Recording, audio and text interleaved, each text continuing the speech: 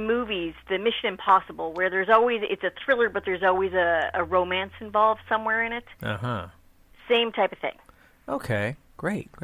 So now we've got Smash and Grab, the latest one. Tell me about tell me about the Callaghan. I keep wanting to put the G in there. Tell me about the Callahan brothers. Who are they? So there's three of them: Mitch, Logan, and Gage. In Smash and Grab, it's Logan. He's the oldest, and he's a lawyer.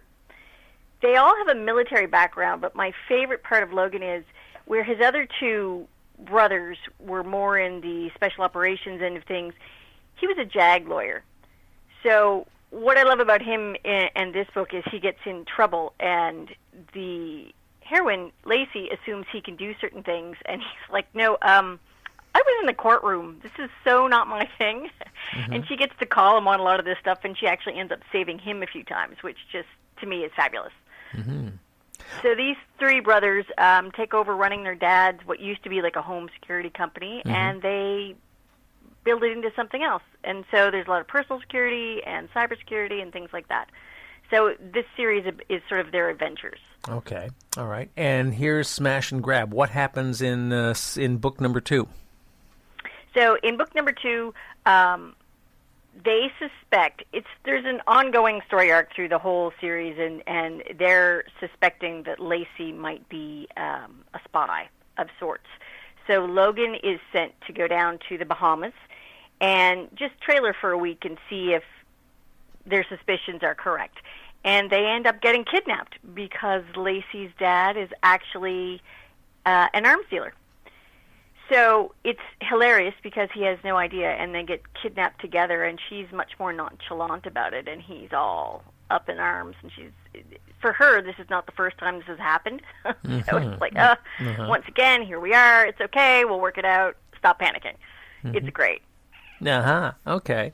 So now tell me about Lacey. And she's kind of the female protagonist in all of this, right? Yes. She helps her dad with the logistics of delivering these arms. Mm-hmm. And she's also a lawyer. So she works mostly in New York, and then she comes down to help her dad to the Bahamas when he needs some help organizing some things.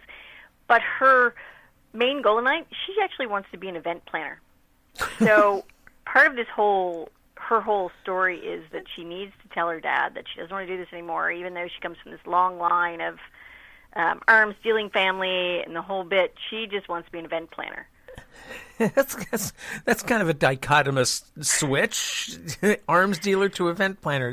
I'm trying to figure out if there's some sort of skills that would come from being an arms dealer that would go into event planning. Well, she's all about the logistics. So event planning is all about logistics. That's true. So in her mind, she just wants to do happy things. Uh-huh. And her logistical skill applies. So she just wants to plan weddings and events and birthdays and happy things. Uh-huh. I'm sure that met with approval from her dad, huh? Yes, not so much. Didn't think so. You want to give up all this to do silly little weddings? What's the matter with you? Exactly. I mean, it's a hard concept, but that's okay because the part of Logan's story is that he wants to be a chef. Ah, okay. So there's a little bit of a mixture there. So. Okay, right. Tell me about Lacey. Now, do you think she's a feminist with all of this? Feminist is such a loaded word these days. It is. Different things to different people. Mm-hmm. I think of her and all my heroines that they're equalists. I don't know if that's a real word, but they see themselves as equal to men, and they don't feel or don't let themselves be held back in mm-hmm. their sort of the area they work, which is really sort of male-dominated, right? They're mm-hmm. on the wrong side of the law, and it still doesn't stop them. They don't put up with anything, and they're very strong. So in that way, I guess you'd call them feminists. Okay. They're certainly very pro-women.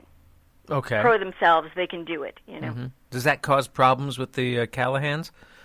It does at times. Yeah? Yes, it does at times, because, of course, that's not... I think the men aren't really prepared for their skill level in so many ways. Mm. So, you know, you're dealing with different situations, and it's often the female characters that save the hero. So it's great. Does that often does that make them feel threatened, you think? There are moments, yes. Logan at certain points does feel threatened because, of course, he's the lawyer and she knows so much more about these things than he does. It takes him a little while to come around to that. But in the end, they need all the skills that they have combined to get other situations. So he has to adapt pretty quickly. Right. You're a Canadian by birth, huh? I am. I'm from Nova Scotia. No, on the east, in the Maritimes, right? Yes. Okay. And then you moved to New York City, and then you've done a lot of traveling. Where does this does this end up kind of being? Does travel end up being a character in your novels in some way? It does. I try to set all of my books somewhere I've been. So I've spent time in the Bahamas. It's set there, and of course, the Callahan Group is set in New York City, their main headquarters, and I've lived there for years. So everywhere that I've gone, that's interesting to me, I try and set one of my books there so that I have a good feel for it. I love New York City. I love Canada too, but I've only been in British Columbia, so. I've spent time in Vancouver, and actually the third book in this series called Hit and Run, which I'm editing now, takes place part of it in Vancouver. Oh, okay. Good.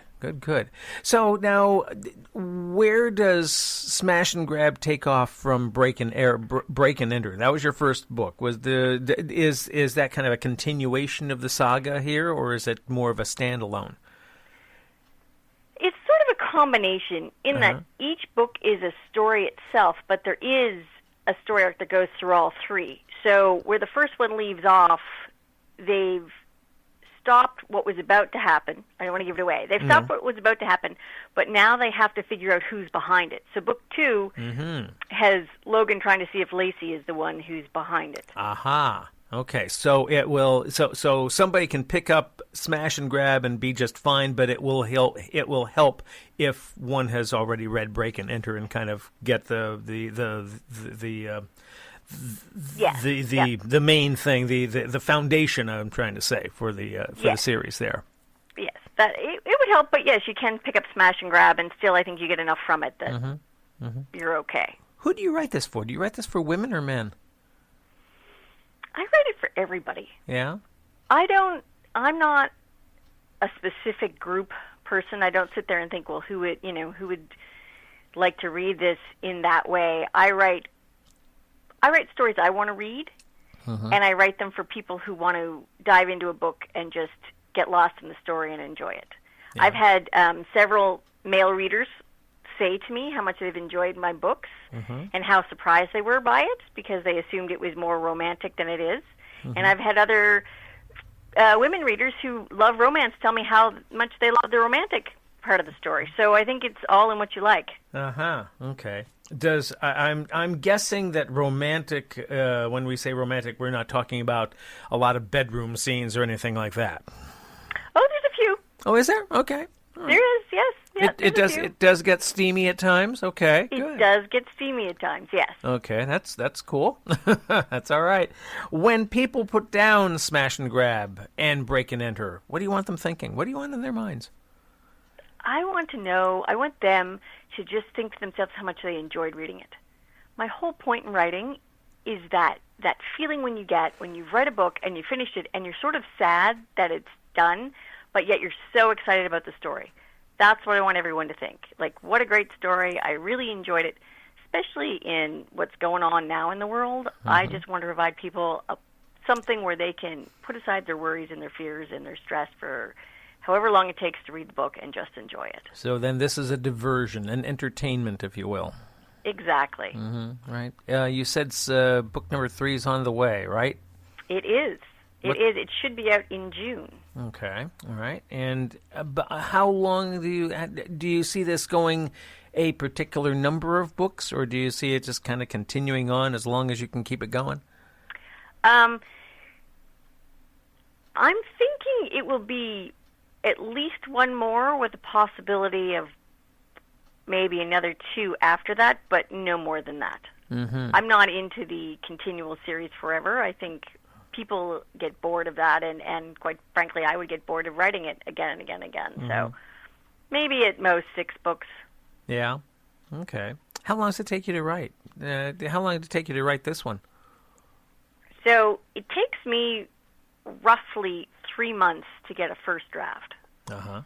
And then another probably month to play with it a bit more and get it to a good spot before it goes off to my editor. When you're writing, and I've asked this of many authors, do you go kind of halfway through the book and then you find it kind of goes off, the characters go off, and the story goes off in a way that you didn't expect? All the time. Yeah. As many times as I've tried to plan it out, and I'm not one of those people who really plan it and write every scene, like notes about every scene. Uh-huh. I'm more of a pantser, is what they call it. Mm-hmm. So I kind of go by the seat of my pants, but I do have 3 or 4 points or 5 points on a line that I want to hit. And oftentimes it happens, I'm writing along, and then the characters do something completely unexpected, and now we've taken a hard left, and I have to rethink. Uh-huh. Okay, so then you're no different from any other author I have talked to over the years. So you try and plan it, and the characters just kind of take over and tell you what they want to do. Mm-hmm. Right? Is writing fiction difficult for you? I mean, because it is totally creative. It totally comes from the imagination. Is it difficult? I am super fortunate.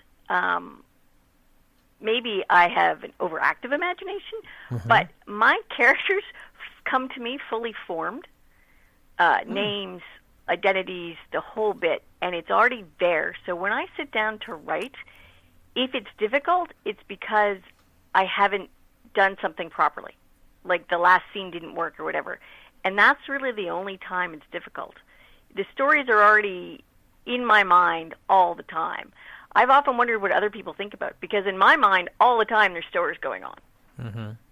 Yeah, and so that there you go. It must be fun to do. Then you got it. It's great fun. Yeah, I enjoy it. I absolutely adore writing because it's the moment you get to play God with all your characters. Do you do by longhand, or you do it in a computer on a keyboard?